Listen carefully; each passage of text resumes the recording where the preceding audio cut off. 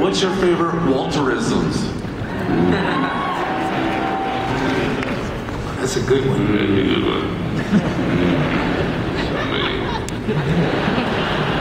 I think the gender still has to be top. What did you say? The gender line is still maybe one of the best neologisms. I don't right into her agenda. Yeah. It seems to be the theme of our afternoon. Morning. Wait, I think I got it. I got it. We on that You one. got that one? I doubt it's better. But it's from the pilot. When I think you guys you and Olivia are driving Walter home from you're driving somewhere. Anyways, Walter says, I think I just pissed myself. Don't worry. Which clearly runs in the family. Just a squirt. Just a squirt. Man, I rewound that, rewound it. Squirt. Yes, that was a fine moment. That's why he was so excited. He's not the only one. Oh, I don't know. I can't think. There's so many, John. Thank you. I can't choose. Well, since nobody else can think of it. Also, asterisk. Yeah. Astronaut, whatever. There's like 10 of them. Yeah. And when he finally Oh, got me Strawberry so Fruit. sad. That was pretty good. Yeah, when he gets them back and calls them Wally was a pretty awesome moment. But I love it when he calls her names that don't begin with A. I think they're so funny. Like when he called her Claire one day. That was pretty prize writing right there. Thanks. Thank you. This question is for J.H. Wyman. Blair Brown mentioned in TV Guide magazine that one of her favorite Comic-Con moments was meeting the female observers last year. That was us. So our question is, are we going to see actual female observers this year?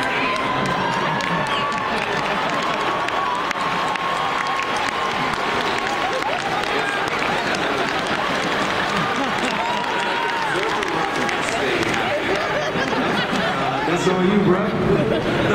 I always wanted female observers, and the network said no. No to women. No, this is not true.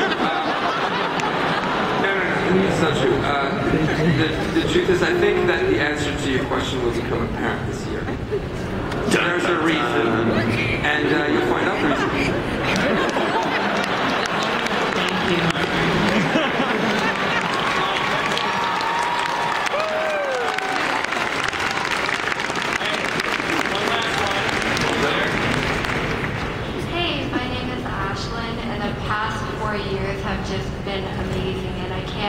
For the 5th season. My question is for the majority of you. Sorry, Josh. What was your favorite version of your character to portray, and why?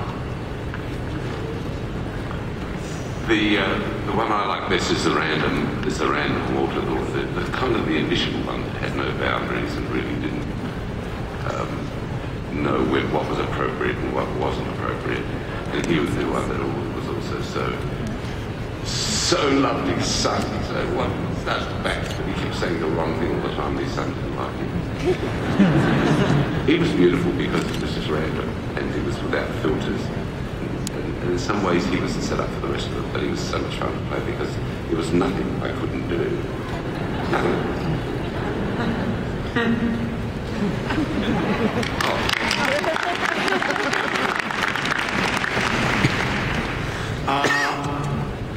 All broils. Because he was so conflicted. I mean, I wish he'd lived a little longer in 3rd season, but he definitely died with a bang.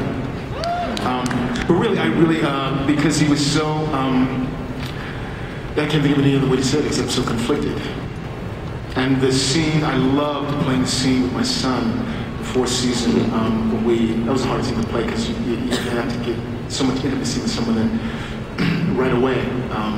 But yeah, I'm not playing my son is great. So the scene in the bedroom when I put him in the bed.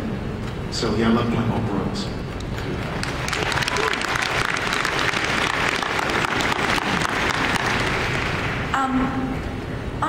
On a day-to-day basis going to work, the days that I was playing Alt Olivia were much more enjoyable because she was just simply lighter.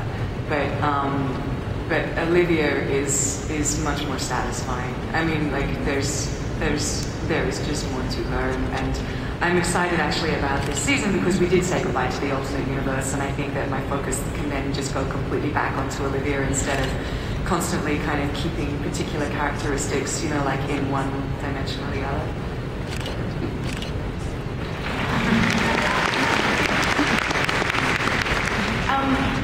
I loved both Astrids. I think that Alt Astrid was more of a challenge for me. She was really difficult, and everybody thought she was such a flat character. You know, she has a kind of robotic way of speaking, and you don't get to see her emote very much.